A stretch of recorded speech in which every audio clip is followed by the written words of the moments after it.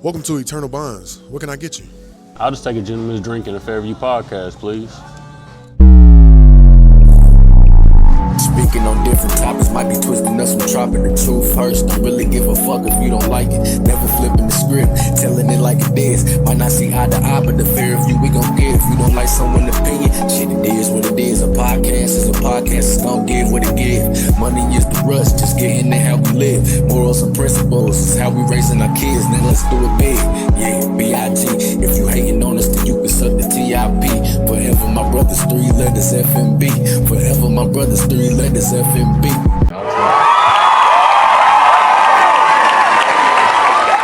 Shotty, what you got going on, man? Man, you know what? I'm a real life veteran. Puppies is on the ground. TG Bulls, baby. Come shop if you need a pup. You already said. TG Bulls, man. TG Bulls, man. Yeah, it's been hectic, yo. It's been a crazy ass week, man. It's been a hectic ass week. I'm so glad I took off from work though, because it was gonna be too much if I did. I would have drowned. I said I would have drowned. I feel you. See what's going on. Yeah, man, I would have drowned for sure. If I had to work, I would have got fired because I wouldn't have been able to get no work done. But overall, successful week. I call it successful because, going through a lot. Once you start feeling cool and copacetic, then you're like, oh, yeah. You like to got routine down. Oh, shit, boy. That motherfucking pizza put me down, boy. One of the best chocolate chip cookies money can buy. A Chick-fil-A thing. That just made me think of that meme that popped up. Nigga said, man, who the fuck is going to Chick-fil-A for some damn chocolate chip cookies? Send it to me so I can go on there and defend them. You eat chocolate chip cookies from anywhere though, so don't act like they did. Stop it. I try every once because I gotta see who got good ones, but you just ate chocolate chip cookies at a casino. What did you do? Everybody knows casinos has the best food. What are you talking about? Nigga, we used to go to the Argosy just for the buffet. Bro, I told y'all that damn. If you go to the Argosy and get that shrimp fried rice, best fried rice you ever had. Everybody ain't mama. You just don't know, bro. You ain't you down here. You ain't been up here yet. All right. I used to be in that casino eating good. My little fat ass. I was drinking high and shit. I'm eating my mom and them gambling and shit. Hey, they still got that buffet in there? They still got that buffet. No, COVID fucked up. COVID fucked up the buffet. No, nigga, they been meant to shut down. Nigga, it was a long time coming. Hell no. Everybody used to go there for the all-you-can-eat crab legs. It used to take a minute to get in there. That was a cool little spot. Yeah, line packed to the max. I'm about to get him up on here. I'm in the gym too. You what? Yeah, I back in there, man. Happy Juneteenth to my people too. Man, it's free, dude. The freedom was again. I know I forgot, man. What? Long hair don't care long as your heart's in it. I'm so sick of putting in passwords, bro. I'm dead ass. We tighten up over there. You want to hop over here? Yeah. I'm gonna top it there. Hey, did y'all see that shot chart about Tyrese Halliburton and his playoff run? Yeah, Nelly said. Oh yeah. That's crazy. He ain't made one left shot. I forgot it was in the group chat. Yeah, I mean, shit. We got money on tonight. Okay, see? Yeah, I go KC. You gonna close it out tonight? Might as well. They gotta close it. But to Is be it honest, home? I Is it think home they're game gonna or they in play. Indiana? I think they're gonna play better without, bro. You think so? Without Hallie? Yeah, just because, like, shit. I mean, he ain't. He playing better. Like Halliburton. I mean, not Halliburton. McConnell came in and had 18 points off the bench, and kind of is the reason they came back to make it a 2-point game. Like, That's shit. true. Yeah, sure. I mean, of course you need them, but Yeah. nigga, if you can't play, what? You know what I'm saying? You're not scoring. You're not passing. Yeah, it's tough. You fighting for your life, nigga. You need a nigga who finna go out there and put up 25 plus shots. Yeah, so hopefully they can make it a good game. Though. That's all I want to see. Is just make it close. Something. Yeah, on me. Ain't nobody trying to see no blowout. But that's what I'm kind of expecting too, though. Low key, I am kind of. I mean, yeah, OKC need to go ahead and close this shit out, bro. They got to. What's the name might win? Indiana might win, and then what's the name will close it out. A dude at my job said that Indiana would win tonight, and then OKC would close it out at the crib with a blowout game 7. Yeah, I mean, I can see it. I feel like it's gonna have to be another crazy scoring game from like one of them, like one of their role players, like McConnell or Yeah. somebody like that. But yeah, we're gonna see, man. Yeah, bro. It's just like you said, we gonna see. That's crazy to me. Y'all give up the damn game to go up 3-1. Then y'all give up game. They just gave up the last game too. Y'all could have won. They just man. Man, that's what I'm saying. These games been good, bro, because like they really going right back at each other, back and forth. Ain't no blowout. They is a dangerous team, bro. If they was to get another star, like so they don't have to rely on Halliburton and he can just be a point guard, it's dangerous over there. They was saying PG going back. Hold on real quick, y'all. PG ain't gonna do nothing over there. He ain't going back. Shit, if he did, That's not it. That's not what we need, huh? No. What if they had like a Zach LaVine? Yeah, something like that. That would be hard. Because Hallie could feed, Neymar and them could feed. Mm-hmm. That would be nice. That would be nice. I think I would like that. Yeah, they shit one piece away, I think. Oh, Hallie, LaVine, Siakam. Oh, shit, that could be nasty. I can't wait to see what this draft talking about, bro. That's just gonna be crazy. I feel like it's gonna be some good trades in there. Yeah, for sure.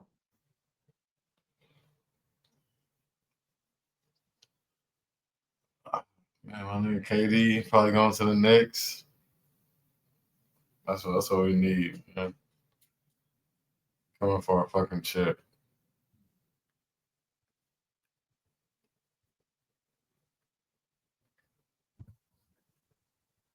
Yeah, I don't know, man. It's gonna be tough though for them boys. I think what's name could go there, but he low-key lost to him the last 2 playoffs. Giannis. But Where the Knicks? no, Indiana. Oh man. Yeah, y'all just go anywhere though. That's what I'm saying. He can go anywhere and turn anything. I feel like they're gonna he gonna end up staying in Milwaukee. They're gonna get somebody else. They finally gonna make that move. Shit, I think they gotta get. See, the thing is though, is I don't know if they got enough money because they can't get rid of Dame because he's hurt. Yeah, they're gonna keep Dame. It's just shit. They're gonna have to sacrifice some of their role players, some of the niggas that's been there for a long time. Yeah, I don't even think. Yeah, that's a little tough. That's tough. That's tough for Milwaukee, man. I don't know what they're gonna do over there. They're gonna have to get that shit together though. I mean, shit, I hope he leaves. I hope he goes somewhere else. Shit. Yeah, change it. Shit, go to Orlando or something, man. Okay, bet. All right, man. So what we're gonna do now is get ready to introduce our next guest. I want to introduce to y'all JOSH AKOGNON, former NBA player. You know what I mean? For Yeah. the Dallas Mavericks, for the Memphis Grizzlies. 13 Yeah. plus year career in the game, man. The game that we all love overseas. Had a lot of battles over there in China with Marbury. Author of multiple books coming out. Overseas. I don't want to get the name wrong, but y'all seen I posted today. The one that's big on it is my Mrs. Maiden. You know what I mean? CEO of a lot of brands, Canali Wheels, 785 Athletics, the fam. He got a lot of stuff going on, man. So we want to take the time and be blessed for his presence, man, and introduce Josh Akogan, y'all. Yeah. What's up?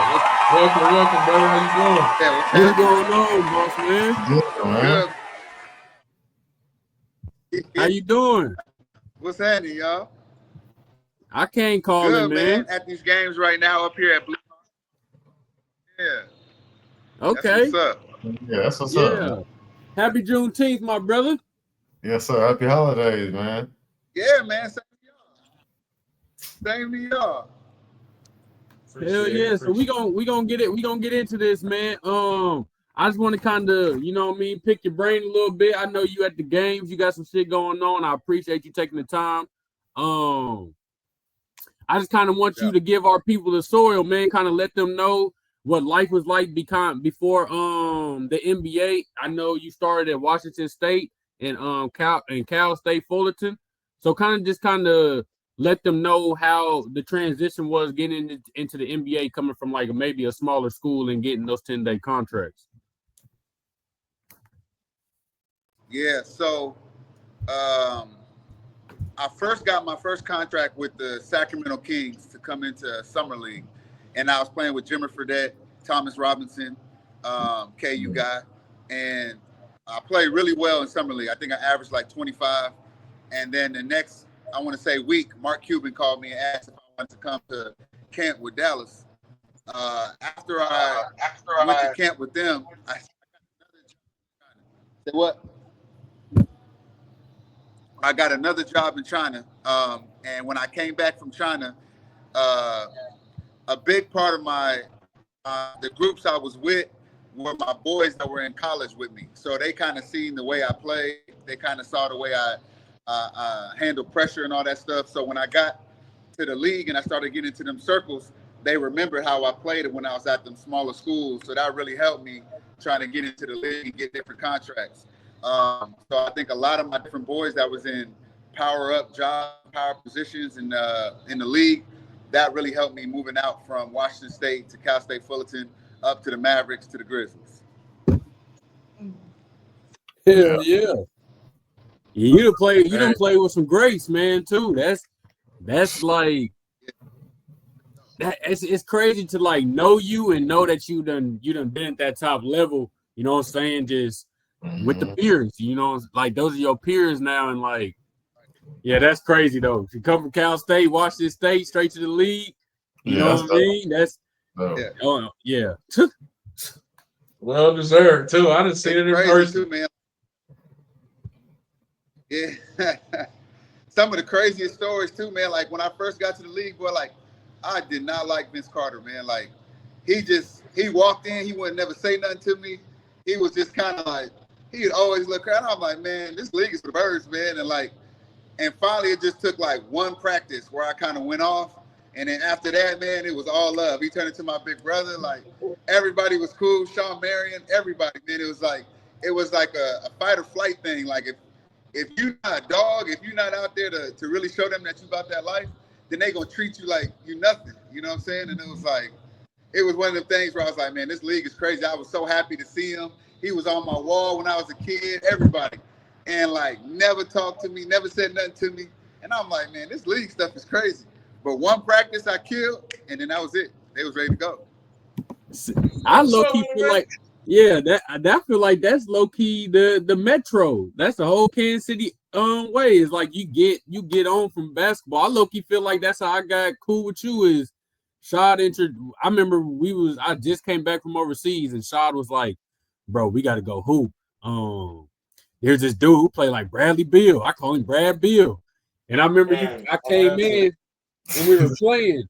and I remember you had hit me with a crossover and then did a pull up, and I remember I barely tapped your wrist and like got the block, and I was like, "Hey, you want the foul?" And you was like, "No, that was a good block."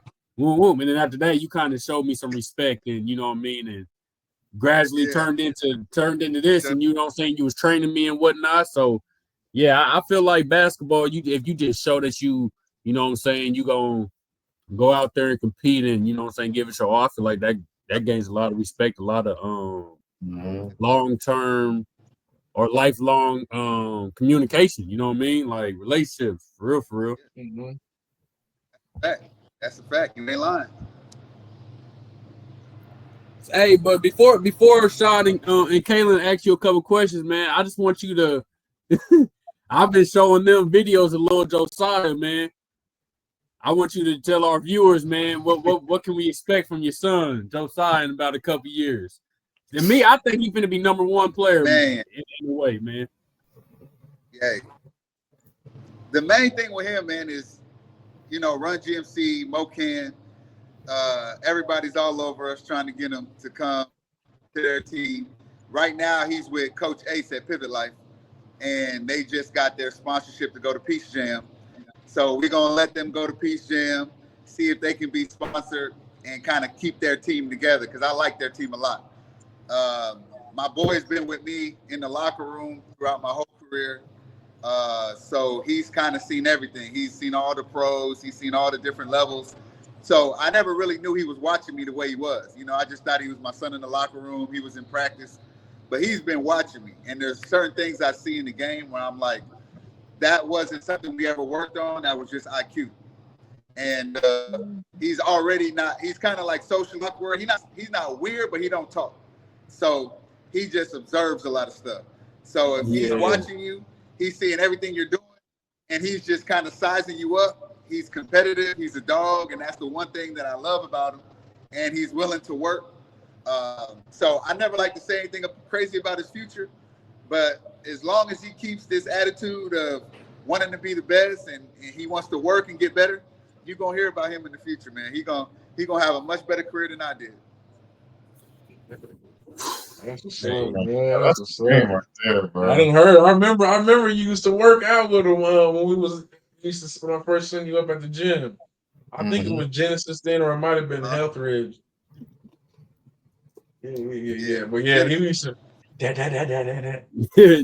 he was training with me, doing the stuff I was doing. That little he gonna beat some, man. Yeah, he bigger than me now too. So. Oh yeah, he just passed. Yeah, that's crazy. He finna be a freshman. Yeah, right? man. After highlighting your career like that, what's one of the most memorable games or moments you've experienced? Overall, all my games, my whole career. Yeah. Like, what's a moment like you can remember, like comes to your head right now that's like the most memorable thing you did on the court? Like some Tracy McGrady 9 points in a minute and something like that. So I know you got it. I would say it's a little different in China though, because China, they sign you because they want you to score, right? So there's different players that come in that want to score, and that's all they do. So I've had situations in China where I scored 60, 70 points in 3 quarters. I had a whole season where I think my first 2 or 3 seasons I averaged 35 to 40. Yeah, so I would say the one game I remember I had about 60, 70 points, and it was I probably missed 4 or 5 shots that game. And I remember, like, we were playing against Michael Beasley and Ron Artest.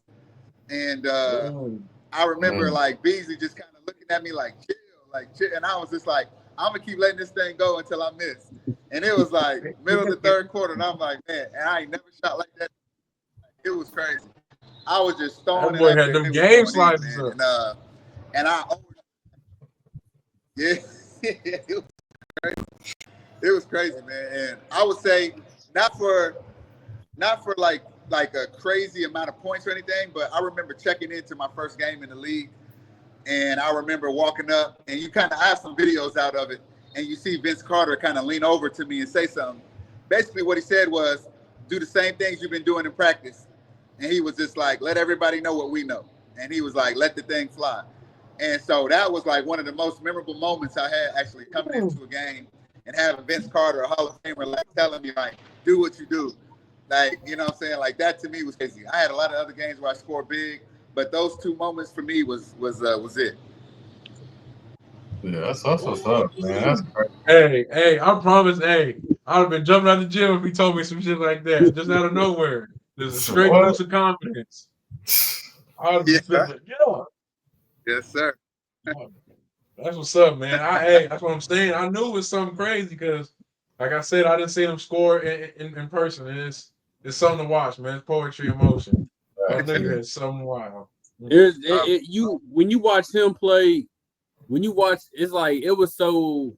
That was like the first time I really realized the levels of this shit. Like, Like what a pro I was here, and then, you know what I'm saying, he's older than me, and he did one move to where it's like he did it so easy, so smooth, but it created so much separation. You just realize, okay, there's another step that I'm not at, and it's just because of something real simple as in footwork, hip movement, how fast you get ball placement, just all type of things that he kind of taught me.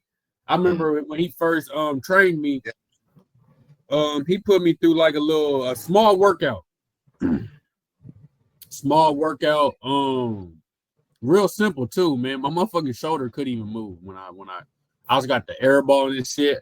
I felt so embarrassed. I'm like, damn, bro, this is what the pros do. And then he had got me right before San Diego, and he was telling me like, bro, pro workouts is mostly shooting. It's not, you know what I'm saying, you going 1,000% in this and 30 is more you getting 1,000 reps. And yeah, boy, my shoulder was on fire, but it actually helped me that season. And yeah, so that's crazy how you say shit like that when you say you scored 70 points in 3 quarters, because I can see how you did that shit, because you got to have the stamina to even be able to shoot that many times in that. You know what I mean? And keep going. So, whew, Yeah. 70 in 3 quarters, bro. Man, my scoring got me to the league, and my scoring is what kept me out of it. You know, I tell everybody, I had a situation at the end of my Dallas time. It was exit meetings, and Rick Carlisle looked at me and said, "If you were a point guard, you would have already signed to a 3-year, $15 million deal." And in my head, I'm like, "Well, just teach me how to be a point guard then." Like, and he like, "There's too much to the game, and it's too little time for us to be able to teach you that. Like, you got Dirk open in the corner, you got these people open in the corner. We need to know that you're gonna get them ball on time, on target, rather than take that shot. Because how you got to this level was you scoring 30 points a game. And that for me has been like, I want to say my biggest fear for my son is that being a smaller guard, you have to know like how to get your shot off. You have to know how to get your space and your timing, because everybody you're going against is 6'7", 6'8". So that for me was my curse, that I could score really easy, and I did all my energy and all the things I put into it to actually score. And so when I got to the league, it was just like, that's all great, but we want you to be able to hit the guys in the corner and Hall of Fame, this and that. And I was just kind of like, okay. I'll tell you another story too. I was working out for the Spurs, and New Orleans had come because there's a hurricane or something. And so they were working out with us. So it was me, Kawhi, Tim Duncan, Tony Parker, Ginobili, and we working out, and we're going against New Orleans. So they had Anthony Davis, they had Ryan Anderson, they had a couple other guys, Eric Gordon. And so they mixed the teams up, Spurs and the Hornets. So I come down and I hit 3 guys like back to back to back. And I'm talking about coming off Tim Duncan's screen, scoring back to back. The game was over. Corey Joseph pulled me to the side. It was like, hey, those are Hall of Famers right there. You got to get them the ball. And I'm like, what? Like, I just scored 12 points in a row. And he looking at me, he was like, that's Ryan Anderson right there in the corner. Like, you got to get him the ball on time, on target. And this is after I just like, and you look, you see him still in the league, and you see me trying to get in little spots here and there, and I'm trying to find my mark because I'm just trying to go in there and shoot. And he knew his niche. He knew what he needed to do. And he was trying to give me the game, but I took it as a threat. Like, you just not nice like me. You know what I'm saying? Like, and now that I look back at it, he got a 13, 14-year career because of everything he was telling me, like, get somebody open the ball. So all that, when I hear people tell me about, you know, how good I scored the ball, I really do appreciate it. But it was my blessing and my curse. So I tell people, if you're 6'5", 6'6", go do whatever you gotta do. But if you're a smaller guard, you got to have that combo. You got to have that level of passing and scoring. And if you want to be a scorer, you got to make sure that coach in your corner. So all that to say, man, I appreciate it, but it was a blessing and a curse. Hey, see, that's a point of view I would never even thought of. I'm thinking, shit, you go out there doing this. Come on, give me the green light. Yeah, why So, but no, I see how sometimes the politics can play in for them big names. You know what I'm saying? Because they gonna come to the coach. They already got the coach's ear. So if they ain't getting the touches they want, or feel like they being outshined, all they got to do is go holler at coach, and then they're right there. He's telling you to facilitate when you green. You know? So that's crazy, bro. That's crazy. I would never thought of it like that, man. Before you ask That's how your I go, man. question, That's the go ahead. My fault. But that's before the you crazy ask your part about question, the game. baby, I was going to say, like, that shit he just said at the end, a lot of players, like, future is based off that. Like, if a coach is in your corner and allows you to play how you play, a lot of players are literally like that can be a make or break a player. Some players might not be like Corey Joseph and know how to take that back seat after becoming a star in high school and a star in college, to becoming just a straight role player and not getting the chance to kind of be a star. I think every player should, like, if you're a lottery pick, not even just lottery pick, because Joker wasn't a lottery pick, Manu Ginobili won't give it Arenas. Excuse me. But, like, I think everybody should get a chance to, like, see if they can rock out, go crazy, and be a 1A player, second option, whatever, and kind of get that identity themselves. I don't like coaches kind of putting players in boxes right out the gate. Like, you clearly seen what he's done in college. You draft him for a reason, kind of let him bloom into something, kind of like how we seeing Christian Brown, like, you know what I mean, went from 2 points to 8 points to 17 points. Like, Denver's allowing him to grow and stuff like that. So, like you were saying, like, if you a scorer and you got a coach in your corner, that's great. But if not, then you kind of just gonna be one of them dudes who, and not to say it's you, big homie, but like, just we see this a lot in, like, Montrezl Harrell in the Big Three. You know what I mean? And he was just 6 man of the year, I think 3-4 years ago. So it's like, if you got that coach in your corner, you moving, you grooving. But if not, it's kind of tough. And if you can't find that niche, then yeah, it's real early for you in your career, man.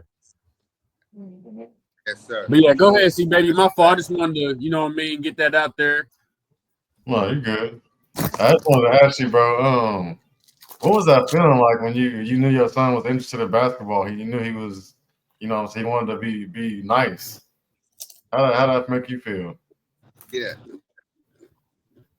man, great, man. You can't beat it, man. Like, the main thing you want to do with your kids is for something that you did. You know what I'm saying? Like, do you really love it? Do you want to do it? You know, and it was like, from the jump, he loved it. You know what I'm saying? He loved it. And I was like, I can put all my energy, all my knowledge, give it to him, let him run with it.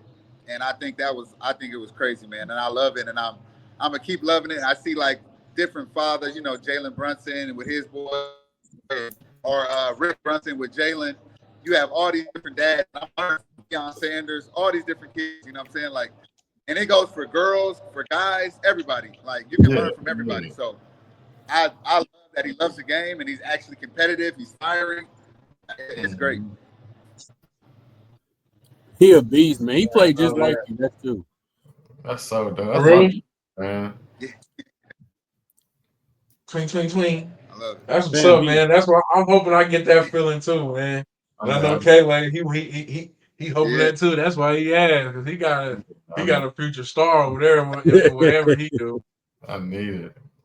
That's what's up, man. I definitely got to tune in. If you ever all get for some local tournaments, I know y'all might be playing a home field sometime, man. Please let me know. I gotta come see this. I'm trying to come tune in. Man, we finna be at them high school games, I man. got The little dude is finna be. If he ain't ranked already, boy, I'm at them high school games. You best believe that shit. I'm pulling up for sure.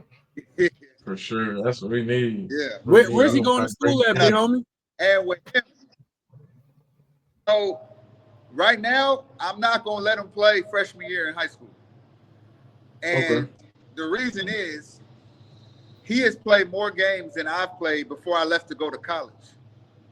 You know what I'm saying? Like, and a lot of the time, I want him to understand that the real work is gonna really happen, I want to say, sophomore, junior year, where you're gonna have to do the work even if you don't want to do it. I'm gonna ask you a question after freshman year. Is this what you want to do? And if this is what you want to do, I'm gonna put you on a pro regimen, pro schedule.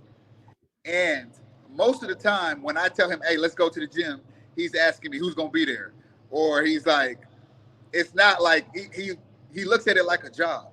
And I'm telling him this is not a job; it's a privilege for you to go and play. He's like, "We got a tournament this weekend." It's always like, who we playing? It's never a situation like, "Oh yeah, we get to go play today." Like, so I don't want him to get to that point where he feels like it's a job. And I said, I'll keep you out as long as I feel like that. Because once you get to a certain level, I feel like I really burned out at 34 years old. I kept kind of playing because the game was kind of easy to me and I could keep getting checks. But for the most part, as far as getting to practice early or leaving late, man, I was the last one to practice, first one to leave. I was like, the minute it was over, I was out. And I hit that wall. And I just know, like, the way he's going, if he keeps that attitude and mentality of like, man, I got to go to practice, like, I got to do this, I got to do that, it's going to hurt him when he gets older because there's some real dogs out here that really want this. And I'm telling him, if you feel like you just going to just walk into that, it's not going to work. So he's just going to go do something else. He's going to go box. He's going to go play track. He's going to play football. He's going to put basketball away because I know that's his sport. But for right now, he's going to go to the Jaguars. Who knows if he's going to play there? But he's going to school there. But he's not playing his freshman year. Okay. That's just, but you giving him the, man, God, dog, you giving him some gems, boy. For real, man. Damn. That's a good game right there. That's real fatherhood right there, man. That's turning that boy into a man right there. I respect that for sure. Definitely. You gotta know, you know what I'm saying? You can get him ready for the real world. So yeah. You gotta find that passion, that hunger for it. Yeah. So, if that it ain't kind there, of, we ain't gotta force it. Yeah, you ain't gotta force it. That I'm about to just say that's the beauty of it. Like, you ain't gotta force it. He's good with it. Like, it just reminds me of what Carmelo was just saying on his podcast when Cayenne committed to Syracuse. He kind of told his son, like, man, I appreciate you kind of like allowing me to like push you through this journey at times where he could have been like, man, Dad, what are we doing? I'm trying to hoop. You kind of allowed me, you trusted me and allowed this to happen, this, that, and third. And just from what you're saying, it kind of sounds like your son is kind of allowing you to, or he's trusting you to that you know what's right for him, and that's dope, bro, for real. Because a lot of fathers would not do what you did. Like how good your son is, a lot of fathers would immediately, hey man, my son's gonna be this, my son's gonna be that. Hey, check out my son next year. He's gonna be this, he's gonna be that. Like a lot of fathers would be like, man, no, I'm about to live through my son.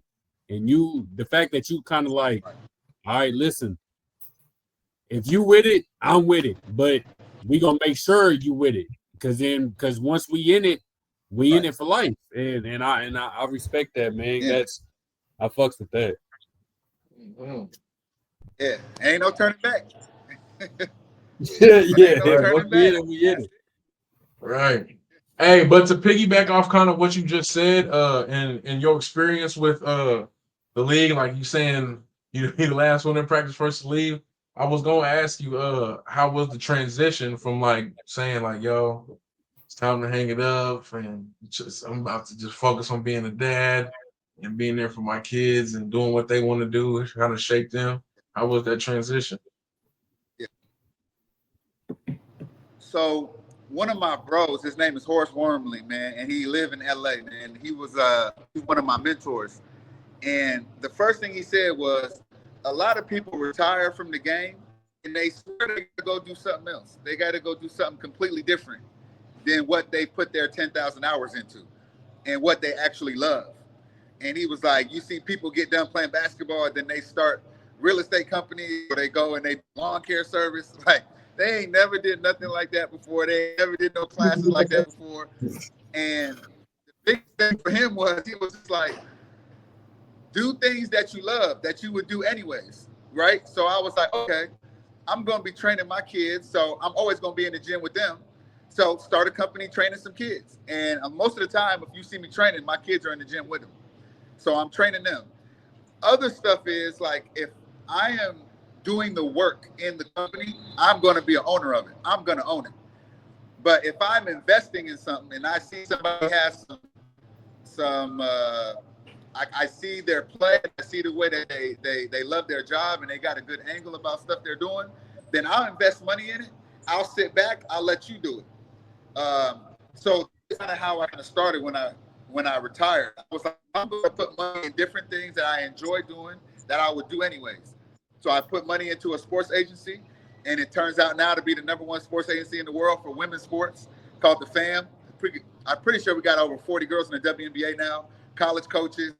And that was something that I just put in. That was my college teammate. And he was just like, yeah. And I was just jokingly saying like, hey, like, let me get a piece of the company. He was like, all right, bet. And I'm thinking to myself, like, he's joking. He was like, no. And I took that mentality to my other boy that had a restaurant in Los Angeles in Beverly Hills. And I was like, let me get a piece. And I just started asking people for stuff. And they was like, sure. And I'm like, all right, bet. So my transition out of basketball has been pretty easy, man, because I just been asking people for stuff. And if they say no, all right, I'll move on to something else. You know what I'm saying? Like, hey, come on, closed mouths don't get fed. You know what I'm saying? That's Thanks. So so my transition is easy, man. I see something I like, I ask to get into it. If you let me in, you let me in. If you don't, you don't. And I just keep it pushing. So that's it. Shit, that's kind of how we've been feeling about this pod. Is like, shit, we like when I was about to ask all these people about to be the guests, it's like all y'all can say is no, but it's like y'all, I would never know if I don't ask. Like it's too late to be shy to ask about something like you said about the shit that I own and the shit that we own. Like, shit, this is ours. If we want this bitch to pop, we can't wait for somebody else to make it pop. We got to go and venture out and ask and be good people. And I think just being like kind of like by you, just being a good person throughout your years, that kind of afforded you that luxury of them just saying, yeah, bro, I got you. That's cool. That's nothing. Instead of them saying, all right, let me ask this person. Let me ask this person. I'll get back to you because I don't know how you move. But since they kind of knew you internally, that afforded you that door, man. So yeah, I think I kind of like realizing that as well. Like just the impressions you leave on people, first impressions, last impressions, whatever it is, like just being a good person, I think gets you a lot farther than maybe money will sometimes in a way. And I'm just learning that as I get older, to be honest with you. Yeah, I feel you, bro. I've been around a lot of people, a lot of billionaires, multimillionaires, famous people, and a lot of them are really corny and really fake. You know what I'm saying? Like, I stay out of the way for a reason, man. Like, it's one of those things where it's like you can feel somebody's energy when they come in the room. And there's a lot of times I've met people that I've been like, man, like I've looked up to that person, and you come in the room and it's like, man, they are like bad people. You know what I'm saying? Like, and it's just like, if I can keep all this in the family, I can keep it in my world, and I don't have to really conform to what they're talking about, and I can keep it mine, I'm gonna do it. So I love what y'all are doing, man. It's perfect. I love it. We appreciate you, man, for sure. we kind of definitely like since we new in this game, it's crazy to even see like when I go on YouTube and I type in the name and it sees like all of our shit. That shit just be looking. It'd be so surreal, but it's like when you kind of put in the work and you know what I mean. You kind of want this things to go. It's kind of like, well, shit. The future is now. Like the things you were already it's already happening now. Like I remember I used to just think about this shit every night. Like, man, I need to start a podcast with my brothers in the room. So now that we just got this schedule and the fact that we got a guest like you on it, it's like my plan is already, you know what I mean? Like my plan B is already kind of, you know what I mean? It's not making me money right now, but it's doing me good mentally and like health wise in my life. So I'm kind of like succeeding already. So I appreciate those words, man, for real. And the fact that I'm doing it with my actual people, it makes it 10 times better, man. Yeah, bro. We are everybody you see in here. We got decades of friendship together, man. We've been locked in since Jits. So we hopefully we ain't like Wu-Tang Clan, you know what I mean? We all break up, but nah, it's for life. It's for life, man. It's for life, man. But I do want to ask you another question. I know you at the game, so we're gonna try to get you out of here. But I just kind of want to know your experience playing on the Olympic team in Nigeria, playing against the USA, man. And what was that? That was 2016, right? So that was the Kyle Lowry team, Kyrie, DeMarcus Cousins, and them, maybe. I think. Yeah, Kyrie wasn't playing that day when we played him in Houston. So it was Carmelo, it was KD, DeRozan, Jimmy Butler. That was that DeAndre PG team as well, too. Huh? Yeah. So, man, I already know Clay. So me and Clay, we kind of each other because we went to Washington State. And when I was coming in, he was coming out.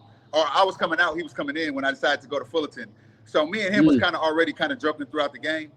But it was one of them things where it was like, man, you just got to pick your poison. Because I'm talking about you guarding somebody the other side, and if you got to help at all, man, I'm talking about you got Clay in the corner just spotted up. And I'm not talking about LeBron and Steph on the team. Like, it's really, it just gets to a point where you just kind of chuckle. Because it's got to be to a point where you got to man up and you got to play that guy one-on-one. And nobody can really play these guys one-on-one. You know what I'm saying? Like, and it goes with a lot of different pros. Like, you can't guard a pro one-on-one. We got too many counters, too many combos. And when you add height and size and all that stuff to it, it's really no answer. So that whole situation was basically us just kind of running around, just trying not to make like we were like a crazy highlight, and we just tried not to get blown out by 70, 60, because it was crazy, man. Like their skill level, their physicality, and they're all super angry, like all the time. Like they all was just mad. Like if somebody scored, like they was really pissed off. And it's like, all right, man, like we was looking like, hold on, man, like we men too. So we had to go and huddle like, hey man, we gonna compete with them because they look like we scored 2-3 points. They acting like they all mad and pissed off. We scored 3 points. I'm like, look, man, we pros too. We had my guy Mike, who was on the Pistons. We had Farouk, who played a whole long time. Hey, Gabe wasn't playing at that time. Gabe played for the Lakers now, but he was on the bench and he wasn't playing until we got to the Olympics. But it was like, man, we pros too, man. So it was like one of them situations. We all kind of talking, like just drawing back and forth in the game. But it was super fun, man. Like, but them guys is top notch, man. And it's especially playing together, it was a crazy experience. So like not even playing against USA, kind of like take us like the whole Olympic kind of journey, like the walkthrough, the where you got to do the parade or the ceremony, the kind of like the travel situation, hotel situation, like kind of give us just the insight of what was 2016? Was that in Rio? That was in Rio, yeah. Yeah, kind of. So yeah, just kind of give us like the experience and kind of like give us a little bit of insight of what went down that year. Yeah, y'all remember the Zika virus? I think so. Yeah, I think so. Yeah. So Yeah, so that was the time the Olympics was at. So, and it was in Brazil. So the Zika virus was running crazy in Brazil. So you have a place called the Olympic Village, and that's one big apartment buildings that that everybody comes to, and they all stay in the Olympic Village. Big gated community. Everybody's in there. The only people that weren't in there is Team USA basketball. They was living on they was on a boat somewhere. But everybody else was in Olympic Village. So when you go into the cafeteria to go eat, I'm walking by Serena Williams. I'm walking by Michael Phelps. You see everybody in there. You see Bolt. You see everybody. Like everybody's eating. Everybody's at their own tables. You see your flag. You go and sit. You talk. A lot of my guys we used to sit next to Simone Biles. This is before she won all her medals. So we just kind of sitting there talking, going over stuff. Everybody asking different questions about each other's sports. You had weight rooms. You had all these different rooms where you can go to and get like different like beats, different type of shoes, all different type of gear. And like everybody had their own building. Like, you know what I'm saying? So like Nigeria was over here, you have Spain over here, but you see everybody when you're walking through. So for me, so we wasn't really going outside because of the Zika virus. So we were all in until we had to go to the arena to play our games. But for the most part, it was just crazy, man. Like you go to practice, you come back home, you go to eat, you sit down, you talk to somebody from another country, another sport, and you kind of learn about what they got going on. Everybody was pretty open. Like everybody knew that we were all Olympians. So it really wasn't no real big timing going on in the Olympic Village. You see somebody, you know them, you talk to them, you sit down, you know what I'm saying? Like, so that was super dope. That was super cool. You had different like cameras all over the place. You had, and everything was free in there, you know what I'm saying? So like you had like a McDonald's set up in there. You had everything set up in there. All you got to do is kind of show your credentials, show your thing that you're an athlete, and just order as much as you want, you know what I'm saying? And so yeah, That's crazy, bro. That's crazy. That's too long. That's You can't put June in that situation. That boy would have ran McDonald's dry fries. Large fries. Hey, I would have been stacked up for early breakfast. Straight hash browns, man. Sausage biscuits. What are you talking about?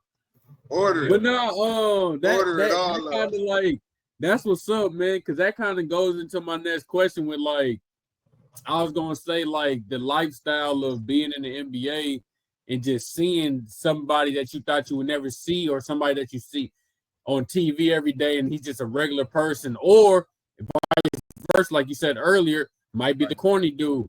How do you kind of like, is it kind of like an eye test thing? Can you see that immediately, or is it kind of something you kind of got to sacrifice your time to realize who's who? For me, it's the eye test. But there's certain people that, you know, like the first person to introduce himself to me in Dallas was Dirk. He walked right up to me and was just like, yo, Dirk, you know what I'm saying? Like, gave me a hug, like, you know, like, was like, man, what's up, man? Like, everything good? And I'm like, yeah, man, like, and he made me feel so welcome. You could tell, like, that's a genuine guy, you know what I'm saying? Like, he not faking for the cameras when you see him. Like, people really love Dirk. And then you have other guys that you can tell are standoffish, you know what I'm saying? Like, they can tell, like, we play the same position, and they're not really laughing with you, not really joking with you, not talking to you, none of that stuff, you know what I'm saying? And I can kind of tell, like, all right, I can see this guy, he's taking it serious. And I get it. I know, like, you're still trying to provide for your family, and you're not trying to give nothing away. But you can just tell right off the bat. And a lot of that time, them guys had a whole bunch of money at that time. They got contracts under their belt. They know that their job is secure, rather than me coming in and you feel like I gotta prove myself with this other guy. And so we're kind of like standoffish. And I always tell people this story. I had a workout in Sacramento, and we at the same hotel. So me and Drew Holiday are in the breakfast area eating. So I see Drew, and I'm kind of like walking right by him, like not talking to him, like looking by him, like, man, like, I'm gonna see you in a little bit. You know what I'm saying? He picked up his food and came and sat with me and was like, "What's up, man? I'm Drew." You know what I'm saying? Like, where you from? Like, start asking me different questions. And ever since then, I've been like the biggest fan of Drew. Like, you can tell, like when you see Drew on TV, he really is that guy. He really is a good guy. You know what I'm saying? Like, and you can never really tell that sometimes if you're just watching on TV and you don't have these personal experiences. But I'm pretty sure there's a lot of people like that. And sometimes you fail the eye test, you know what I mean? But I've had multiple situations where you just see people and it's kind of like, and like I talked about it in my book, where the first time I met Marbury, he was testing me to see like if I was gonna be like one of them groupie type guys, and he like came at me like straight out the gate, and it caught me off guard. Like it really did get me until like second quarter. I'm like, all right, man, like he had a pocket now, like he getting kind of crazy with it now. And at some point, I had to just be like, all right, I'm not a fan no more. I'm a professional athlete too, and I had to kind of stand up to him. And when I saw him in the hallway, he gave me a hug. He was like, "That's all I was waiting to see." And he became my big brother after that. You know what I'm saying? Like, and it was like a lot of the time, these people just want to see that. You know what I mean? Yeah. Hell yeah. So on this pod, man, we like to give our guests flowers. Ever since we started doing this guest thing, so we want to give your flowers, man, and kind of just let you know that we appreciate you for definitely joining this podcast, man. Even though we, you know, saying low level, you just keeping your word and being a great person, bro. We definitely appreciate you. We're blessed to have you. Courtesy of my boy Shad. We've been asking this to all of our guests because we kind of want to push culture and kind of really harp on mental health on here. So we kind of want to just, well, I'll let him ask you, but yeah, we kind of just like to get into our guests' head about their mental and kind of how they shape through things. So go ahead, Shadi. Sure. Yeah, so yeah, it is men's mental health awareness. So yeah, like we big on that, man, because you know what I'm saying, we've been through a lot, you know what I'm saying. We lost a brother in 2013 due to mental health and like confiding and holding stuff in. So I just wanted to ask you, like, how do you deal with your mental health at this day? And like you being a father, well, how do you kind of give that game to your son too to make sure he's taking care of his health and mentally, make sure he's able to talk and get out what he got to get out? Yeah. The first thing is you really not better than nobody. You know what I'm saying? Like, you really have to understand that. You're really not better than anybody. You see LeBron, you see all these people, but he really is human. You know what I'm saying? He really does hurt. He has mental problems just like everybody else. You know what I'm saying? And for me, I understood that very early on, especially with my parents. I never really overlooked anybody. I never really had that mentality where I was just kind of like, that person's beneath me. And when you start feeling like that, and you can really understand that there are people that are going through the same things you're going through, and you don't feel like you're on an island, and you really feel like you're in the human race together, and you guys all have the same things, all the same problems, and you can confide in people, and you can ask somebody this, and you don't have to feel embarrassed about it. You don't have to feel like, I'm the odd man out, like I'm doing something crazy that nobody's ever done before. So my biggest to everybody, man, is like really find others that you can really confide in, and you don't have to like feel like embarrassed to say stuff that you're dealing with, because it really does go a long way. Like, I had so many situations when you're dealing with girls, when you're dealing with your finances, like all the different stuff where you feel like somebody's been rich before and they lost all their money. Somebody's been cheated on before. Somebody's been doing something in basketball and they don't do it anymore. Somebody lost their parent, lost their brother. Somebody been killed to gang violence. Somebody has dealt with everything that you're dealing with. So if you can just open up your heart and really try to find somebody that you can confide in and you can kind of go to and kind of say like, hey, this is what I'm dealing with. And again, goes back to that eye test. Will this person go back and run and tell everybody else what you're going through? Or they really come back and give you the game? You know what I'm saying? And there's a lot of people out here like that. So that's my biggest advice to anybody, man. Like, don't hold nothing in, man. If you feel like you're going through something, somebody else is going through it. They'll give you the blueprint and they'll give you the answers to the test on how they got through it. You know what I'm saying? So But I love everything you guys are talking about. I love what you're doing because that really is important. Yes, sir. Thank you. I appreciate that, man. Yeah, yeah. That's what we Yeah. just reiterating. Find your people, find your village. That's Yeah. what's up, man. You got it. You keep holding it in, man. That's just gonna build up, and you just gonna spaz one day, and it could lead to a whole 180 of your life. And kind of like what you were just saying, Josh, is like you like I kind of take that too as like, man, I just had a bad week, but somebody we probably just lost 2 family members, then got evicted, and then did this and still have to keep going. So it's like, and I don't want to compare traumas because each trauma is that each person's trauma. Like you can't say I can't say my trauma is more than yours, or yours is not that different, or it's not as important because you didn't lose a family member, or you still have this, you still have that. Because that's kind of like how you were saying about LeBron James, or just even you. You guys have maybe been at a certain statue that everybody wants to get at. You guys may be millionaires. You might drive the cars that everybody else wants to drive, but you still going home dealing with your own personal things. You don't want to come outside and have people flashing cameras all in your face, treating you like a zoo animal instead of an actual human being, like you said. So that kind of what we were saying on the pod a couple of days ago was during our gentleman's episode was kind of like how we're scared that truthfully in life, like you have to trust random people every day that this person is not going to wreck me while I'm driving and this, that, and third. So how you were just saying, and Shad said a couple podcasts ago, is like, if everybody can just move in tune, you know what I mean? Of course, that's impossible, but if everybody just, like you said, treat everybody like we're all part of the same race, like we all humans, we all came from this, we all came from that, like, then we'd be in a better place in this world. But also, you know, that's just a dream that's probably never gonna come to pass, and you got to move how we move. Yeah.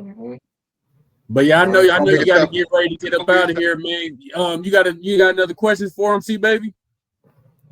No, not for real, bro. You gave some good game, bro. I might have to get with you about your son. Man, I'm trying to do the same thing you on. Yes, sir. Yes, sir. I love it. I appreciate you. Well, yeah, man, we appreciate you, boss, man. I definitely, like I said, I definitely even appreciate you giving us more than 30 minutes. I know you at the games. You trying to watch the games and get to it. Appreciate you going to your little quiet corner and giving us some soil, you know what I mean? Yes, sir. Yeah, man, this is Josh Akognon, man. I'm happy as a mother. I'm happy, man. Yes, sir. Hopefully we can get you back on and we can get it in person, boss, man. Yeah, let's do it. Let's do it. Mm-hmm. Yes, all sir. Right, man. I appreciate y'all, man. We'll talk soon. Yes, sir. Yes, all right, sir. Brother. Yes, sir. Appreciate you, bro. Blessings, right, man. Blessings. Appreciate you. Yes, sir. Yes, sir. Hey, man. Hey, man. Pin. Bucket. Right here. He right here. Right there, man. Everything he said is true, man. We're gonna have to, I'm telling you, go look at them highlights. They there. Boy, I believe every 60, 70 point game. I believe it without a doubt. We've been getting some game. Yeah, we've been getting some game, boy, these last 3 episodes. I swear. Hey, and then everybody we've interviewed so far, bro. One of the main things I get from it is, bro, you gotta just be good to people, man. Networking is everything. Networking is everything. That's everybody we talk to, bro. That's everybody we talk to, bro. They all have found their success by meeting new people, being open, being friendly, being like, just like you were saying, like being able to like trust and just ask questions, bro. You move with good intentions and don't be stagnant, too scared of any kind of failure, man. Taking risks. Taking risks. Go anywhere you want.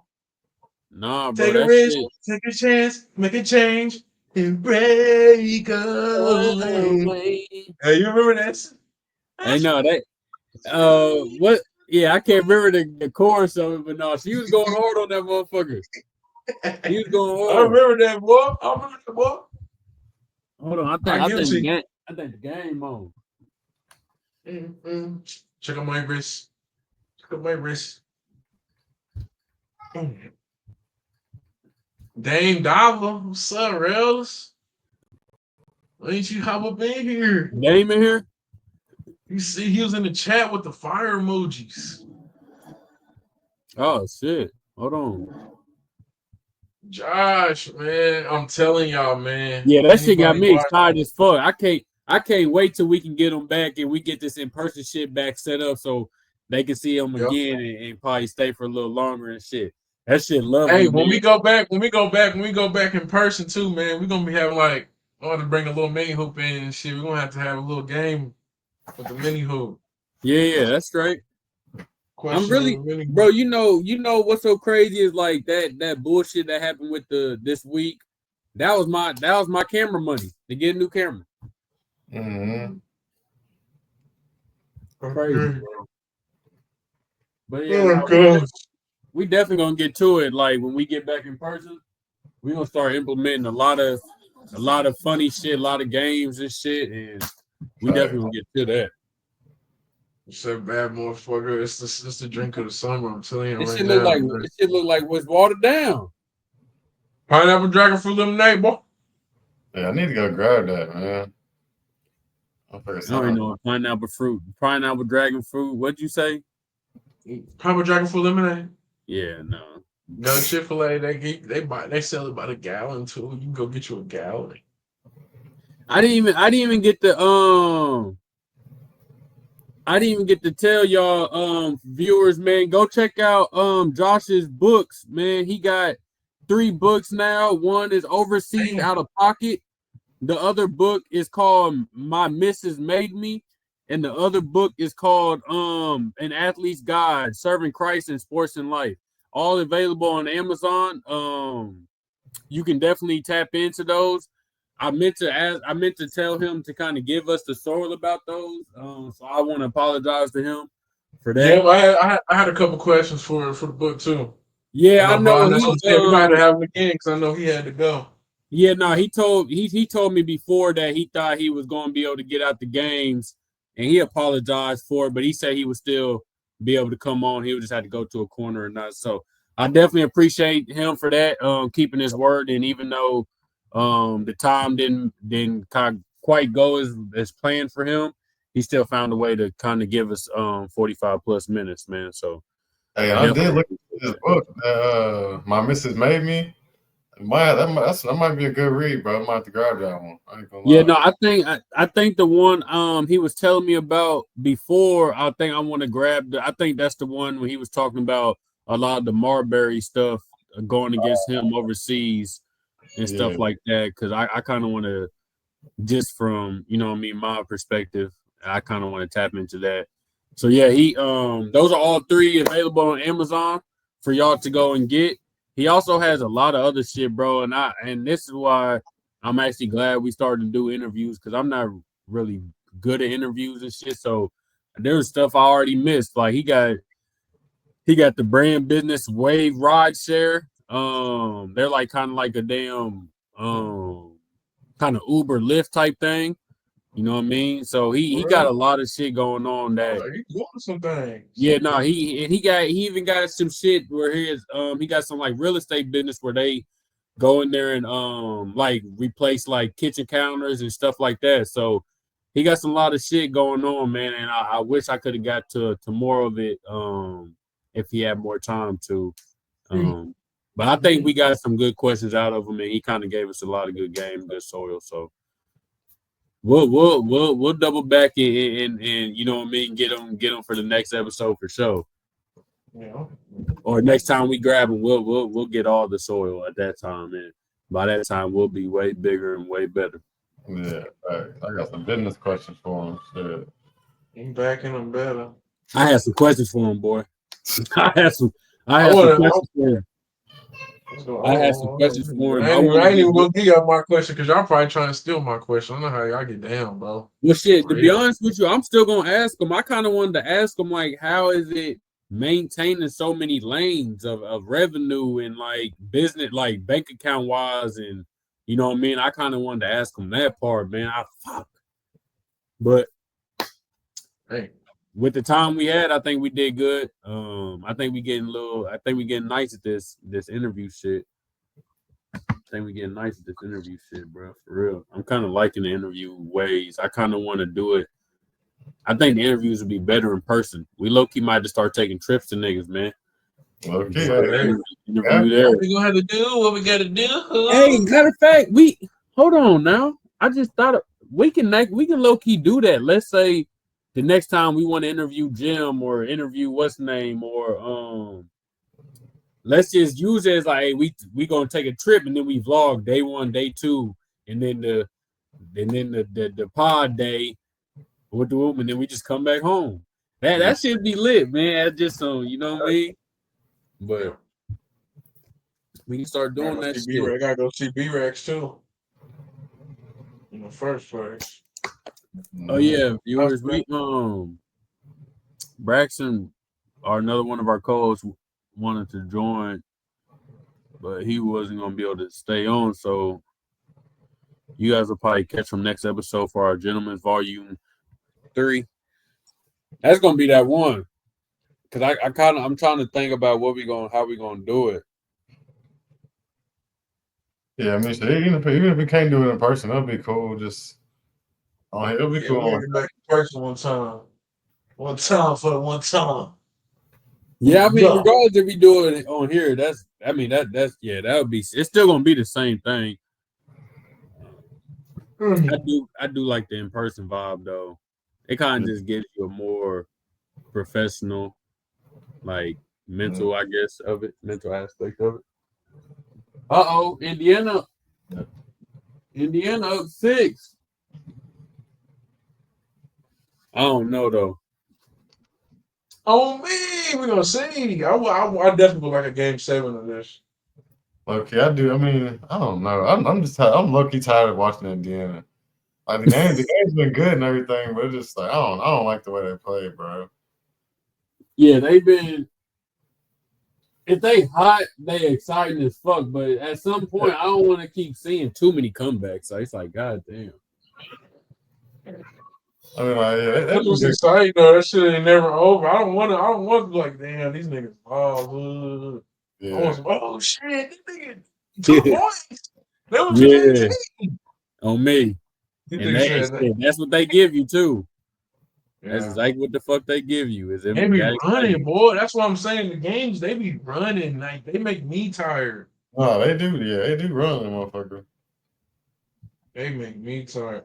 Hey, the gift didn't even let it ain't. They still got theirs. Oh, damn. That's crazy. Let's check on these puffs with me. We say go to what? I'm finna show the viewers shit. Dude, she's just messing the betting up. We can't see. It's a glitch. Oh, there you go. They're just ruining it. I just made that bed. That boy Josh, man. Fuck, that boy gave us the soil. I'm loving this interview shit, boy. I ain't gonna lie to you. Man. I'm finna start shooting. I'm finna start, like he said, I'm finna start asking people, man. Fuck it. Denzel finna be first on the list. Actually, I'm gonna go. Denzel not too big on Instagram. Will Smith be on Instagram. I'm gonna go and hop in his DMs one time real quick. Yeah, you gotta see some people who control their own Instagram. Ain't got nobody on there. Yeah, but I think that's what I'm saying. I think Will Smith control his own shit. I'm definitely finna pop up on him, see what he got going on. I'm definitely gonna ask JB Smooth too. I ain't gonna lie. Yeah, we need that. Yeah. I fuck with JB, man. Tough. I'm gonna ask nephew. Cash money. Cash money. Any cash. Cash money. But yeah, man, I'm definitely gonna tap into that. I'm actually gonna try to get Odin in JB on at the same time, so they can be like, they can start talking shit to each other and whatnot, man. See what they got going on. Facts. Yeah, we need that. But y'all got anything else y'all want to give up? Y'all got anything else to talk about? I don't got too much that's on my mind right now. I really don't want to get into too much BS just because we had a guest on and the people who from his file, I don't want them to think we, you know what I mean? Not for his episode. You know what I mean? Yeah, I ain't got too much, man. I'm about to go get on this and cook some food, man. Hey. I'm finna get on that game. I'm finna go home and get on that game. Yeah, I'm about to watch the game, cook some food. You don't play the game. Then I'm gonna get on the PS5 later. Then I'm gonna get on the PS5 later. You don't play the game, bro. Hey, viewers, he don't play the game. He don't play the game, fam. Eternal Bonds fam, y'all know who we are. Junie B, Shotgun, 2 Barrels, 2KC baby over there, man. Y'all know how we give it up, man, through speech, through journal, loyalty is for life, and the bonds are motherfucking eternal. Yes, sir. King Cassius, let them know what we doing, man. Yeah, yo, me, yo. Y'all know it's all love, man. Love, appreciate y'all for watching, man. Tune in next week. Chicken grease.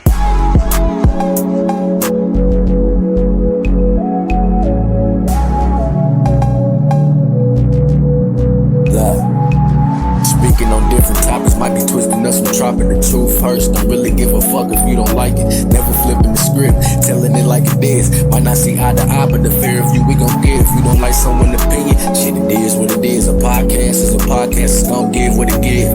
Money is the rush, just getting there how we live. Morals and principles is how we raising our kids. Now let's do it big, yeah, B.I.G. If you hating on us, then you can suck the T.I.P. Forever my brothers, 3 letters F&B. Forever my brothers, 3 letters F&B. For sure, any negative energy, then you gotta go. Adios, you can get wiped just like a snotty nose. Vominos, lay it all on the table like some dominoes. Geronimo, you know we stay shining just like a pot of gold.